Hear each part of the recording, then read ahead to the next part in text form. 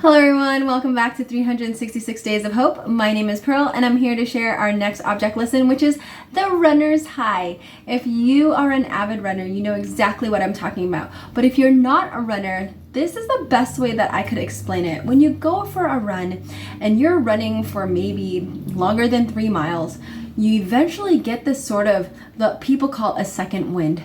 It's where you get this rush of energy that just comes into your body and you just feel like, oh yeah, I can do this. I can go for 6 more miles or, 10 more miles. This is nothing. And it just is this encouragement boost to your body. And it's almost euphoric is what a lot of people say. And it's true because you get this rush of endorphins, you get this high of dopamine and serotonin in your body, and you just feel invisible when you're running.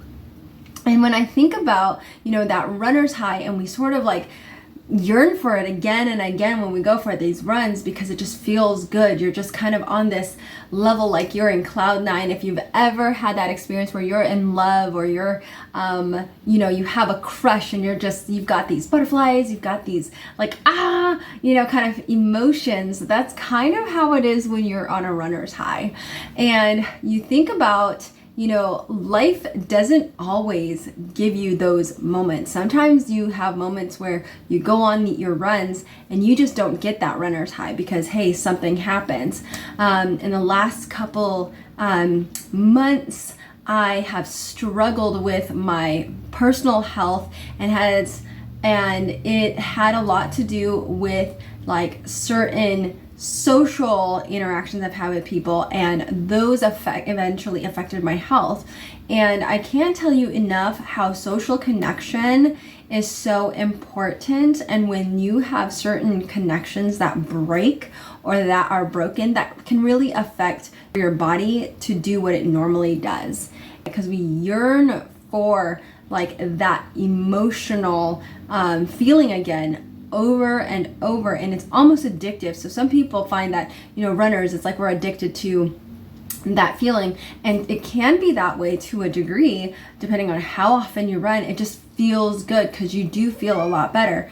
But I would say the object lesson that I get from that is that we shouldn't be constantly chasing after a feeling, after that runner's high. And I say that because those are just emotions and feelings that eventually fade. We need to be able to have something more consistent in our life that we can hang on to, that doesn't, in a sense, disappoint us, because sometimes you're not going to end up reaching it. Your body just may not allow you to. Like I had a situation where I was running, and I remember this when I was in Korea, and my knees just gave out. I couldn't even go on even further. And another recent incident where I was, just gonna go on a short little mile run, and my body just physically wouldn't really let me. And it was disappointing. And we're gonna have those moments in life where we're not gonna be on this pinnacle high all the time. And that high is going to end up, dropping off. So what do we have if we don't have that? And I think that's an important, question that we have to kind of self-reflect on. It's like, what is our high in a sense in our life? For some of us, we go to exercise. And not knocking any of that as a personal trainer, obviously, I think that that's very important, but there needs to be more.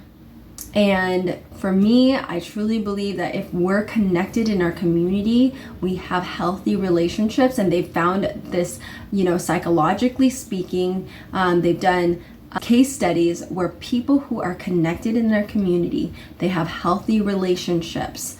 They tend to live longer. They are able to go through terrible circumstances in their life and are more stable. It's so important that we have those connections, because without those healthy connections and a healthy community, we're going to constantly chase after, and in a sense, an addiction. I loved what this person said. He was a speaker about anxiety, and he was discussing, these psychological things. And he said one of the big things is addiction is a lack of connection. So to beat addiction is to be connected, because when people are lonely, and remember, a runner, you can do it by yourself or you could do it with other people, but generally most runners, they run alone.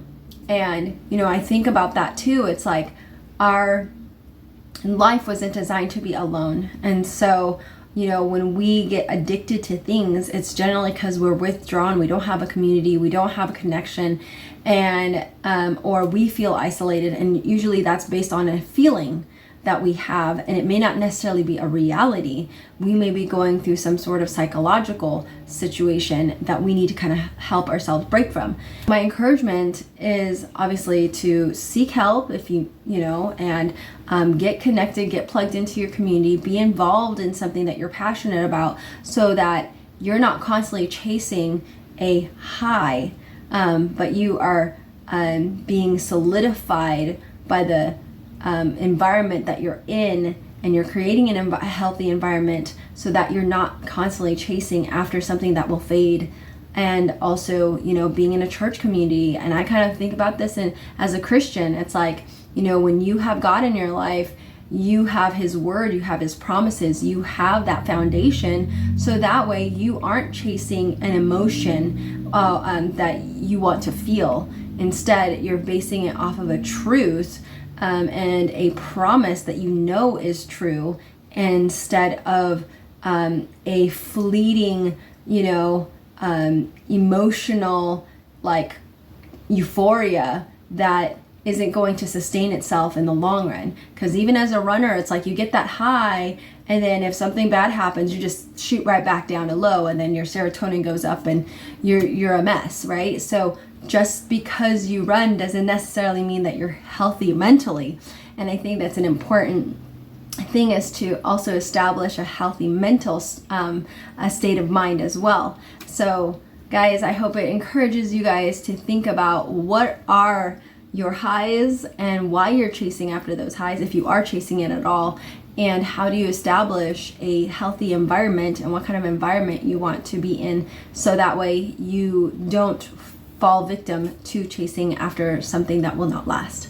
And it makes me think of a Bible verse that says in Matthew 6:19-21, "Do not lay up for yourselves treasures upon earth, where moth and rust doth corrupt, and where thieves break through and steal. But lay up for yourselves treasures in heaven, where neither moth nor rust doth corrupt, and where thieves do not break through nor steal. For where your treasure is, there will your heart be also."